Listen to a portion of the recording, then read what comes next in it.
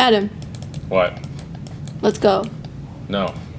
We have to film this week. No, I don't want to film this week. It's gonna be disgusting. We have to do it for bingo. No, we're just gonna skip. Let's just skip this week. I don't want to do it. No, come on. No, please. No, I don't want to do it. No. No, guys, come on. I don't want to film this week. No. No, you can't make me.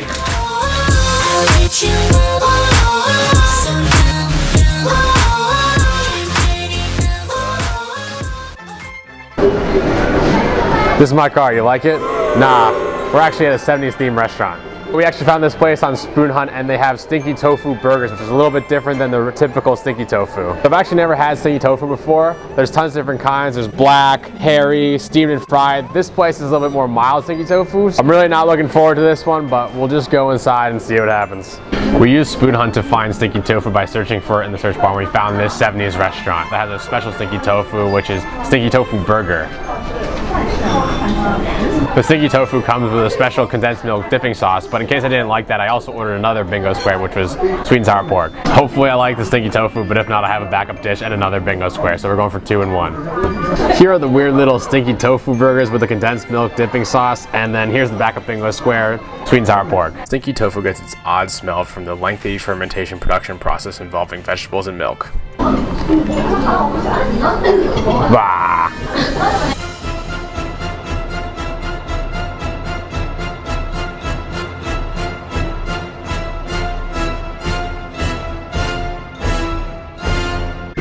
All right, here we go.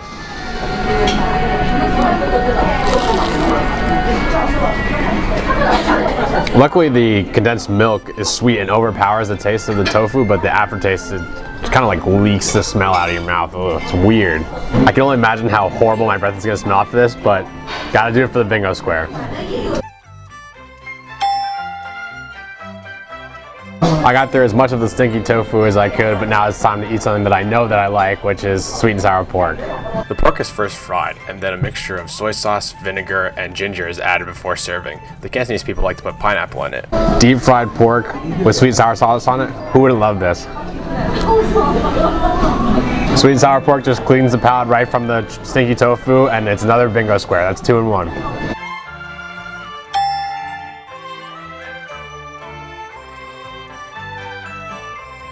Today we're gonna get a bingo square that I'm a little bit nervous about going for because of what I've heard about it. We're getting Bad Down Noodles, which is from Sichuan. We're sitting in front of a restaurant that has Congee snacks. Let's go inside and see if we can get it. And you can tell that their signature dish is Mian because it's right on the front. But I'm a little bit afraid to try it because I know that Chengdu food, especially Bad Down Noodles, are very, very spicy. And I'm not that good with spicy food yet, so let's see how it goes. The story behind Bad Down Mian is that there was a man in Chengdu a long time ago who would carry around this wooden basket on his shoulder, which is called a dan, and he would sell the noodles out of it. It's very special because the noodles are very, very thin. The pork is stewed separately, and then at the bottom there's chili sauce. The strategy behind mixing the noodles thoroughly is you pull them straight up and then try to swoop them underneath into the sauce with the pork so that you can get everything combined into one. The noodles, when they're mixed really well, are very oily, and you can tell that there's meat sauce and spices, 2 separate tastes in there.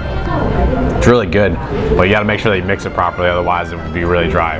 Okay, I'm gonna try these big bad Bad Down Noodles, see how spicy they really are.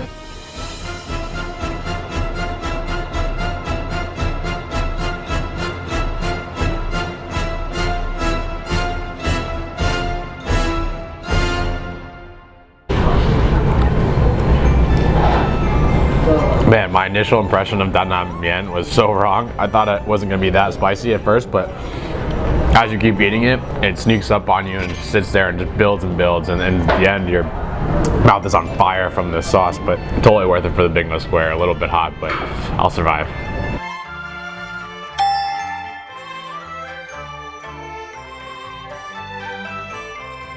So today we're gonna get the bamboo bingo square. I've had bamboo tons of times before in different dishes, different cuisines have it, and so far it's always been delicious. But my lovely coworkers have recommended this special place called Jiawei, or Taste from Home, that's a Guangxi restaurant. It has a very special bamboo dish. Snail soup with stinky pickled bamboo and meat inside of it. I've been told a lot of Chinese people don't even like this dish, so I'm a little bit nervous about trying it, but I'm doing it for you guys.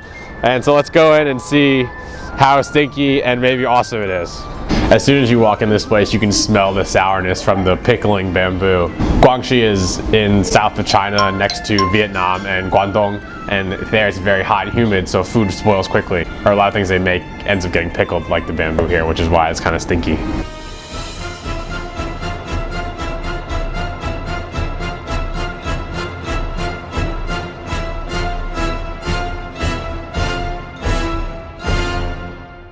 Because Guangxi has tons of rice paddies, there's also a lot of snails that live in the rice paddies. So it's very readily accessible and it's a good source of protein, which is why it's added to a lot of the soups. Okay, let's try it.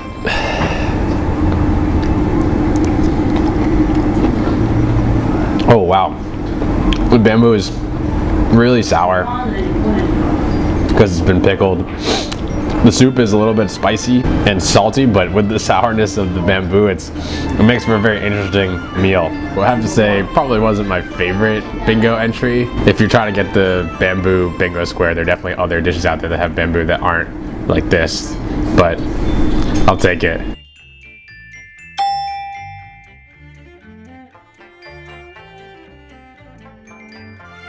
So I didn't really finish my entire meal.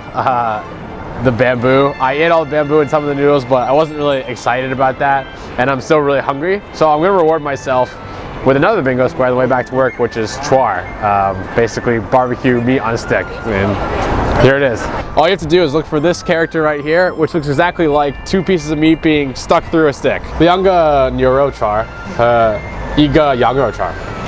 好的，好，一共15啊。Char comes from the Uyghur people out in Xinjiang in West China. The meat is cooked on a charcoal grill very close to the fire so the outside can get charred. Chili sauce, cumin, and white sesame is added after. So this is my char. I got 2 lamb and 2 beef char. The meat is dried out by the barbecue. It kind of tastes like that charcoal flavor from a barbecue grill. And then on top of it is some chili sauce and then cumin and white sesame on it. So let's give it a try and see how it tastes. It's not too spicy, but the seasoning definitely makes the meat taste so much better. And this is a great recovery bingo square.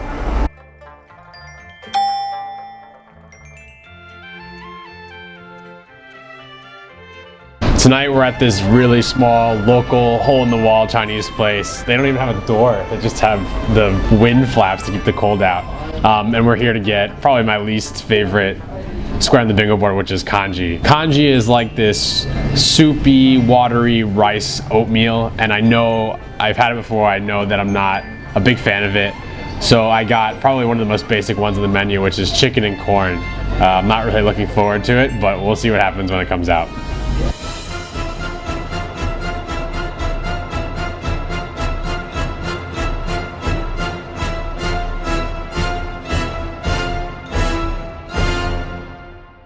So this is congee. A lot of people all over China like to eat it because it's very, very easy to digest. It's just rice and whatever ingredients you put in it. And a lot of people eat this when they're sick because it's warm and it doesn't upset your stomach at all. And it gives you a little bit of nutrition. I've been told the strategy to eat this is you kind of scoop from the top close to the side because that's where the perfect temperature congee is. Everything else is a little bit hot, so you let it cool down. So we'll give it a shot now and we'll see. We'll see what happens.